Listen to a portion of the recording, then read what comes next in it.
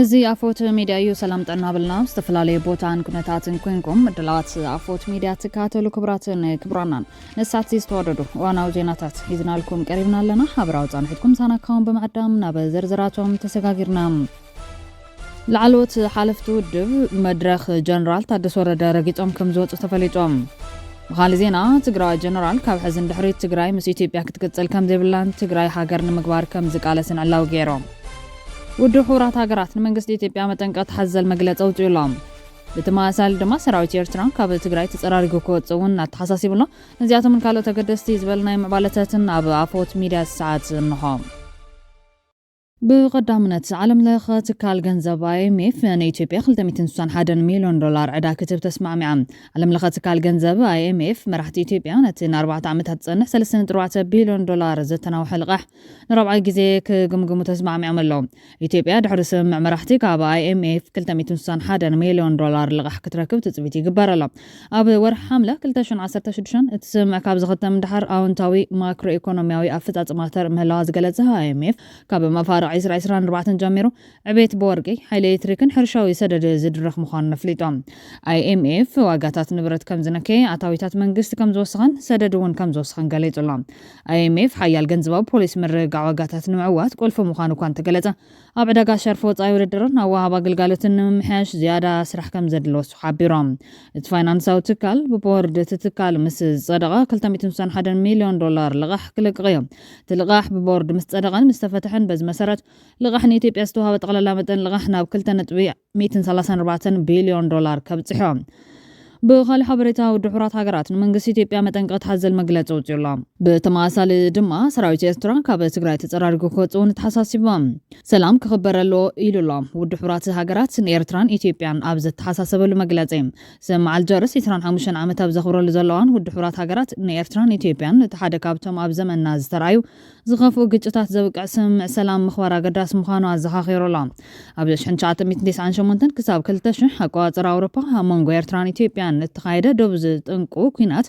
ብ10 ተሽሓት ዝቑጸሩ ሰባት ከም زعزفهم نبزحت كم زمزابلن نلمعتن هاجرات ما كم زون زفني نيروم تسمع نتمرر معرف نمعزاو مريح ترات تصاوت خوينو سلام نمرقعن دواتن هاجرات نمحنصاطنون امن كورنا كم زنبر يذكر حغراوكم شندوبات نباد محاويسو هابتم زسحاو بوتاتات نزنبر ግጭት نمهدا وسان هبيوم ودحورات نزم نطبታት اسميرولم او كند ግጭት زته اخبرت عالم لخاو حقي مخبار لاناونت متحوار نزباوي مرقع سمع الجرس 12 تحساس كل تشح اب كتم الجرس الجيريا امونغو مراحتات اثيوبيا ኤርትራን بمونغونينت الجيريان ودحادነት افريكا أوروبا وحبرتنا أمريكاني تقدمهم تقولنا جن سراويت إيرترا دحرتنا مولا جزات تجري تحسواتي ورار مفزام أبزوان هذا استفلا الكوابتات تجري مريت تجري تغاصرهم هلاوي في اللجوم سرعة بلتقنا بوجانو أبزوان العلاونة إيرترا بزت حس ملكو بقديت أخونا بالزب ودب حركون نيكب البروباغندا من زحزر كوكوينهم ودحورات هاجرات نزغلت تجوارات إيرترا إثيوبيان بزت أنكو ملكو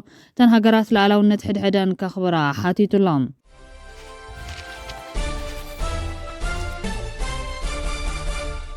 ካብ ኢትዮጵያ ተነጽልና ከም ኤርትራ ናጽ ሃገር ክንከውኒና እንደልክብል ሜጀር ጀነራል ክንፈዳኛው ፍሊጦም ትግራይ ጀነራል ክንፈዳኛው ካብ ኢትዮጵያ ተፈሊና ከም ኤርትራ ናጽ ሃገር ክንከውኒና እንደልክብል ፍሊጦም ኣብ አዲስ አበባ ዓመታት ተኣሲሩ ዝነበረ ነበር ሓላፊ ሜቴክ ጀነራል ክንፈዳኛው ኣካታዒ መብርሂ ቦላ ህዝቢ ትግራይ ክልተ ምርጫ ኣሎ ምስ ኢትዮጵያ ባርነት ወይ ከም ኤርትራ ናጽነት ክብል ተሰሚዖም ጀነራል ክንፈዳኛው ኣብ ዝገበረ ቃል ምሕተት ህዝቢ ትግራይ ካብ ኣብ ኢትዮጵያ ሓርነት ካብ ኤርትራ ክረክብ ይመርጽ ኢሎም ወስኹ ድማ ህዝቢ ትግራይ ክልተ ምርጫ ኣሎ ባርነት ምስ ኢትዮጵያ ወይ ድማ ከም ኤርትራ ሓርነት ክብል ተሰሚዖም ካብ ቤት ማስተርቲ ምስ ወጽ ሓሊፉ ኣካታዒ መብሪታት ብምሃብ ዝፍለጥ ጀነራል ክንፈዳኛው ትግራይ ናጽ ሃገር ክስከውነሎ ዝብል መርገጺ ደጊ መረጋገጾ ብመሰረቲ ጀነራል ዝሃቦ መብርህ እንተኾይኑ ትግራይ ኣካል ኢትዮጵያ ኮይና ክትቅጽል ስለዘየዋጻ ዝተሓተ መስዋዕት ከፊላ ሃገር ኮይና ክትቅጽል ኣለዋ ኢሎም ኣብዚ ሕዝዋን ናብ ቅድሚ ኮይና ዝነበረ ኩነታት ትምለስ ዘላ ትግራይ መንግስቲ ኢትዮጵያ ሙሉ በሙሉ ቆቋፀራ ከም ዘይብሉ ነቲ ጀነራል ገሊጾም ኣብ መንጎ ትግራይን ኢትዮጵያን ዘሎ ርክብ ስምዕ ፕሪቶሪያ ጥራሕ ምዃኑን ካብ ሓሊፉ ካሊእ ምትእስሳር ከም ዘየላን ገሊጾሎም ኣብዚ ሕዚ ዘሎ ኩነታት ሓይልታት ትግራይ ካብ ምምሕዳር ቀዳማይ ሚኒስትር ኣብይ ኣሕመድ ምስ ኤርትራ ምምሕዛብ ዝሕሸ ከም ዝኾነ እውን መለኺቶም ሓይልታት ትግራይ ምስ ኤርትራ ወይ ምስ ሓይልታት ፋኖ ዘለዎም ርክብ ስትራቴጂካዊ ቋም ምዃኑ ብንጹር ክወስኑ ከም ዘለዎም እውን ገሊጹሎም ትግራይ ዝተሓተ መስዋዕቲ ከፊላ ሃገር ክትከውነልዋ ዝብል እምነት ዘለዎ ጀነራል እዚ ድማ ብፖለቲካዊ ቆራጽነትን ብመሰረት አንቀጽ 39 ሕገ መንግስቲ ከም ዝፍጸም አመልኪቶም እቲ ጀነራል ብተወሳኺ መንግስታውነት ትግራይ ክዘርግ ዝፍትን አካል እንተሃልዩ ንምቅዋም ወይ ሓይሊ ንምጥቃም ድልው ምዃን ከም ዘድሊ ገሊጾም ኣብ ዝዋን ኣመንጎ መንግስቲ ኢትዮጵያ ትግራይን ኤርትራን ዘለዎ ጥርቢ ዝምልከት ተሓቲቱ እቲ ጀነራል ኣብ ዝሃቦ መልሲ ድማ ግጭት እንተተላዒሉ ናይ ውክልና ኩናት ክኸውን ይክእል ኣፍሊጡሎም ብተወሳኺ ኣመንጎ መንግስታት ኢትዮጵያን ኤርትራን ብጉዳይ ወደብ ባሕሪ ኩናት እንተተላዒሉ ካልኦት ሓይልታት ከም ውክልና ዘሳትፍ ምዃኑ አመልኪቶም እቲ ኣብቲ ዞባ ዝለዓል ኩናት ብባህሪኡ ናይ ውክልና ኩናት እዩ ዝብል እምነት ዘለዎ ጀነራል ክንፈ ዳኘው ናይ መንግስቲ ኢትዮጵያ ቀይሕ ባሕሪ ዝብል ክስ እውን ሕቡራት ኢማራት ዓረብ ዝጠቅም ጉዳይ እዩ ኢሉ ነጽጎም እቲ ጀነራል እቲ ክሲ ናይ ወኪል ጉዳይ እንተበለ ኢትዮጵያ ግን ዘይተፈትሐ ታሪኻዊ ጉዳይ ዋንነት ወደብ ባሕሪ ከም ዘለዋ ትገልጽ እቲ ጀነራል ኣመንጎ ኢትዮጵያን ኤርትራን ክለዓል ዝኽእል ኩናት ንትግራይ ማእኸል ትውግእ ክገብራ ከም ዝኽእል ኣመላኺቱላ ብተወሳኺ ትግራይ ንኤርትራን ኢትዮጵያን ወኪል ሜዳ ውግእ ከይትኸውን ብቕልጡፍ ስትራቴጂካዊ ምድላዋት ክግበር ከም ዘለዎ ጀነራል መኺሮም ትግራይ ናብ ሃገር ንምቕያር ኩሎም ፖለቲካዊ ሓይልታት ብሓባር ደው ክብሉ ከም ዘለዎም ዘዘኻኽር እቲ ጀነራል ፖለቲከኛ ጌታቸው ረዳ ሓዊሱ ፖለቲካዊ ሓይልታት ትግራይ ካብ ድሌት ህዝቢ ዝተመስረተ እዩ ብዝብል ናይ ምግንጻል ኣጀንዳ ይደፍኡ ምህላዎም ይፍለጥ እዮም ዝኾነ ግን ዘረባ ጀነራል ክንፈ ዳኘው ዝተቃወመን ሽሙ ክግለጽ ዘይደለይን ፖለቲከኛ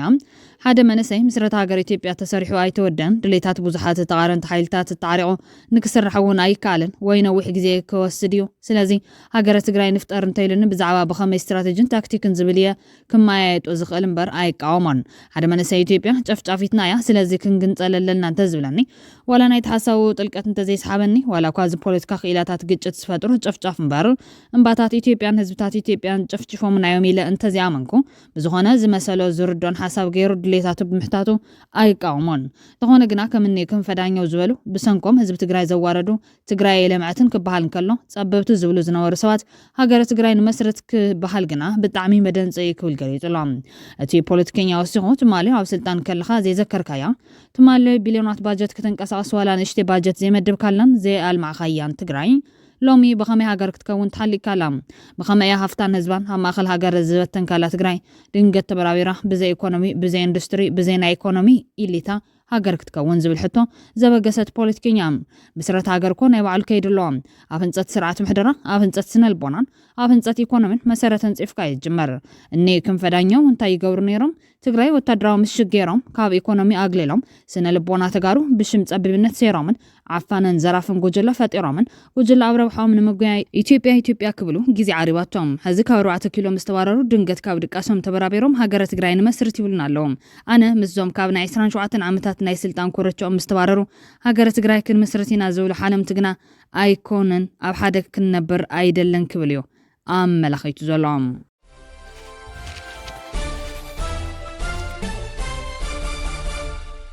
لعلوت حلفت ودب مدرخ جنرال ታደሰ ወረደ ረጊጾም ከም ዝወዝ ተፈሊጦም ጆም መራሕቲ ውድብ ነታ ኣኼባ ዝረገጹሉ መንገዲ ድማ ናይ ሕወሓት ሓደገኛ ለኽቶ ብምዃኑ ክብሉ ኣመላኺቶም ኣለዉ ድሕሪ እዚ መድረኽ ጀነራል ታደሰ ወረደ ምርጋጾም ድማ ቶም ላዕሎት መራሕቲ ዝተፈላለዩ ውድባት ሓበራዊ መግለጺ ያውፅኦም ኣለዉ ጉባኤ ብሄራዊ ዘተ ኣመልኪቱ ካብ ውድባት ፖለቲካ ትግራይ ዝተዋሃበ ሓበራዊ መግለጺ እቲ ሓደ ዕጡቕ ጉጅለ ጥራሕ ዝዓብለሉ ጊዜያዊ ምሕዳር ትግራይ ዝብል ሓይሊ ብደንቢ ቁጽሪ 29/2017 ጉባኤ ዘተን ምርድዳእን ሕብረተሰብ ትግራይ ኢሉ ጉባኤ ዘተ ከም ዘጣየሸ ዝፍለጥ እዮም እዚ ጉባኤ ኣብ ዘጣየሹ ዕላምኡ ዝርዝር ስልጣንን ሓላፍነቱን ከምኡውን ኣብ ተጸዋዕነቱን ተዋጽኦ ኣባላቱን መሰረታዊ ሕቶ ዘይተመለሰን ናይ ኩሎም ሓይልታት ይኹንታ ዘይነበረን ዝበለ ኮይኖም ይኹን እምበር መሰረታዊ ፍታሕ ትግራይ ኣብ ዘተን ምርድዳእን ኢልና ስለዝኣመና እቶም ዝነበሩ ስክፍታታት ኣብ ከይዲ ክእረሙ ዝካለና ክንገብር ብቕንዕናን ተወፋይነትን ርክባትና እናገበርና ጸኒሕና ኢና ኮይኑ ግና ምስ ኣባላት እዚ ጉባኤ ዘተን ምርድዳእን ተደጋጋሚ ርክባትን ልዝባትን ዋላ እንተገበርና ዛጊድ ግና ናይ ሓባር ርድኢት ክሓዝናን ብዘይ ዝኾነ ይኹን ውፅኢትን ክሳብ ሕዚ ጸኒሕና ኢና ኢሉሎም እቲ መግለጺ ኣስዒቡ መንቀሊ እዚ ዘይሰመረ ከይዲ ዘተ ድማ ንባዕሉ ሕወሓት እናበለ ጽውዕ ኩሎም ትካላት ትግራይ እንተዘይብሒተዮም ኢሉ ዘፈራርስን ካቢኔ ግዛው ምሕዳር ትግራይ እውን ዝባሓተን ዕጡቕ ሓይሊ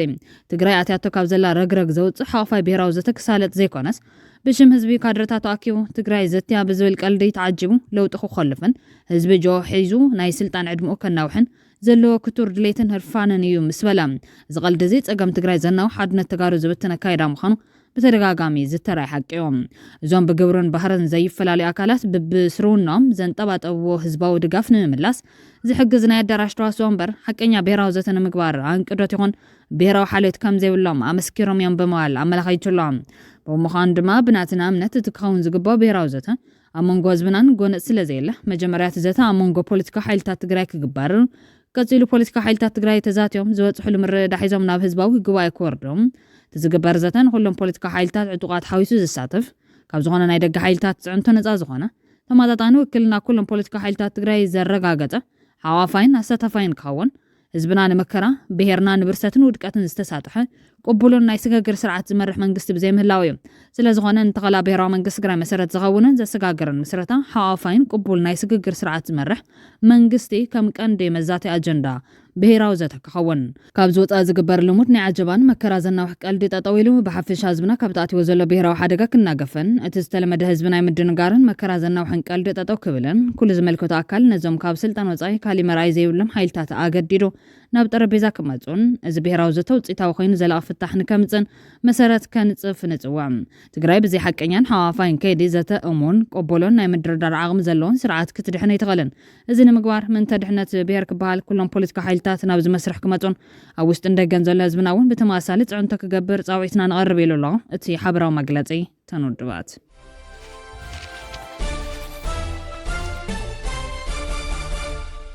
ምምሕዳር ፕሬዝዳንት ዶናልድ ትራምፕ ኣብ ልዕሊ ኢሚግሬሽን እቲ ሃገር ጽኑዕ ስጉምታ ዝወስደሉ ዘለዋን ክፍሊ ድሕነት ሃገር ኣሜሪካ ዝርዝር ኣዝዮም ዝኸፍኡ ገበነኛታት ዜጋታት ወጻኢ ዝበሎም ውልቀ ሰባት ኣውፅኦም እቶም ዝኸፍኡ ገበነኛታት ዜጋታት ወጻእተኛታት ዝተባሃሉ ዝመጽሉ ሃገር እውን ብወግዒ ክንጋርን ከሎ ኣብ ዝተፈላለዩ ገበናት ተሳቲፎም ብዝብል ብኢሚግሬሽንን ኣኽበርቲ ጉምሩክን ICE ተታሒዞም ዘለዉ ስደተኛታት እዮም እቲ ዝርዝር ኣብ ዝተፈላለዩ ግዛታት ኣሜሪካ ዝተኣሰሩ 8 ኢትዮጵያውያን ደቂ ተባዕትዮን ሓንቲ ጓል ኣንስተይቲ ኣሳላት ኣስማት ዝተፈጸሙ ገበናትን መበቆል ግዛታትን ዘጠቓልሉ እቶም ኢትዮጵያውያን ብቕትለት ዘይሕጋዊ ምዝዋር ዕፀፋርስ ብረት ዘመታን ካልኦት ገበናትን ዝኽሰሱ ምዃኖም ተዘርዘር ይሕበር ሽም ካብቶም ሓደገኛታት ተባሂሎም ዝተለለዩ 9 ኢትዮጵያውያን ብዘይካ ሓደ ናይ ኩሎም ምስ ተፈጺሞም ዝተባሃሉ ገበናት ናብ ህዝቢ ተዘርጊሖሎም እዚኦም ድማ ሄኖክ ፍቓዱ በረከት መኮንን ብሩክ ታምራት አዳኑ ዩሱፍ መስፍን ሁሴን ከንጊንቲ በየነ ጳውሎስ ኪዳነ ሳምሶም ኪዳነ ቤዛ ከበደ እዮም ኣኽበርቲ ሕጊ ገበናዊ ገበናት ብምፍጻም ካብ ኣሜሪካ ንኽባረሩ ዝተኣሰሩን ዝተለለዩን ኣዝዮም ሓደገኛታት ዜጋታት ወጻኢ ትኹረት ንክግበረሎም ዝገበሩ ዘርዘር ገበናት እውን ጠቂሶም ኣለው እዚኦም ዘቤታዊ ዓመፅ ብተደጋጋሚ ሰኺርካ መኪና ምዝዋር ምዝማት ምጭዋይ ህፃናት ምፍራሕ ግብረ ሽበራ ብብረት መጥቃዕቲ ምፍጻም ዝተሰረቐ ንብረት ምቕባል ትእዛዝ ቤት ፍርዲ ዘይምኽባርን ዘይሕጋዊ ዝውውር ገንዘብን ይርከብዎም ክፍሊ ድሕነት ኣሜሪካ ካብ መላእ ዓለም ዝተፈላለዩ ገበናት ዝፈጸሙን ኣዝዮም ሓደገኛታት ስደተኛታት ተባሂሎም ዝቁፀሩን ውልቀ ሰባት ዝርዝር ኣውፅኡሎም እዚ ብሚኒስትሪ ድሕነት ሃገር ዝተዘርግሐ ኮይኑ ኣካል ናይቲ ኣብቲ ሃገር ኣብ ልዕሊ ዘይሕጋውያን ስደተኛታት ዝካየድ ዘሎ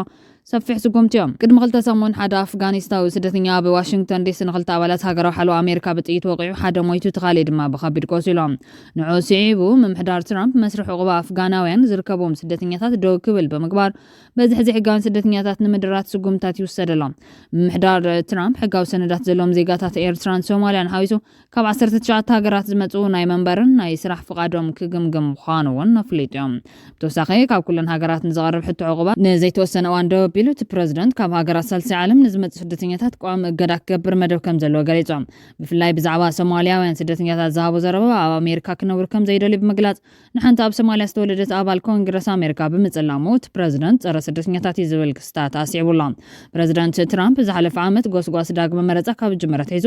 ጽኑዕ ቁፅጥር ኢሚግሬሽን ክገብርን ኣብ ታሪኽቲ ሃገር ዝዓበየ ወፍሪ ምብራር ከካይድ ምዃኑ ብተደጋጋሚ ይዛረብ ናብ ዋይት ሃውስ ኣብ ዝተመለሰላ መዓልቲ ድማ ነዚ ስጉምቲ ግብራዊ ክገብር ጀሚሮም ካብ ኣሜሪካ ዘይሕጋውያን ስደተኛታት ምእሳርን ምብራርን ሓዊሱ ናይ ቪዛን መገሻን ገደብ ተግባራዊ ተገይሮም እዮም መንግስቲ ኣሜሪካ ፀጥታ ድባቱ ብምሕያልን ናብ ውሽጢ ሃገር ሰፊሕ ፍተሻታት ብምክያድን ኣብ ልዕሊ ስደተኛታት ስጉምቲ ክወስድ ፀኒሑ እዩ ብተወሳኺ ስደተኛታት ናብ ዓዶምን ሳልሳይ ሃገራትን ብወታደራዊ ነፈርቲ ክባረሩ ተራእዮም ኣብ ጉንበት ኣማኻሪ ድሕነት ሃገር ስቲቨን ሚለር ምምሕዳር ትራምፕ ኣብ መዓልቲ 3,000 ሰነዳት ዘይብሎም ስደተኛታት ንምእሳር መደብ ከም ዘለዎ ኣፍሊጡ ነይሩ መረዳታ ዩኒቨርሲቲ ሲራክስ ከም ዘመላኽቶ ክሳብ መፋርቕ ሕዳር ልዕሊ 65,000 ሰባት በኣኽበርቲ ሕጊ ኢሚግሬሽን ጉምሩክን ICE ተኣሲሮም ከም ዝነበሩ ይሕብሩ ክቡራትን ክቡራንን ቤተሰብ ኣፎት ሚድያ ነሰዓት ዜና ዋኹም ከነብሎም ዝሓዝናዮም ሓፀርቲ እዋናዊ ዜናታት ኣሪብና ከንቢትና ስለትካቱልና ነመስግን ላይክ ሼር ሰብስክራይብ ምግባር ቤተሰብ ኣፎት ሚድያ ኹኑ ተሰናይ ነመነ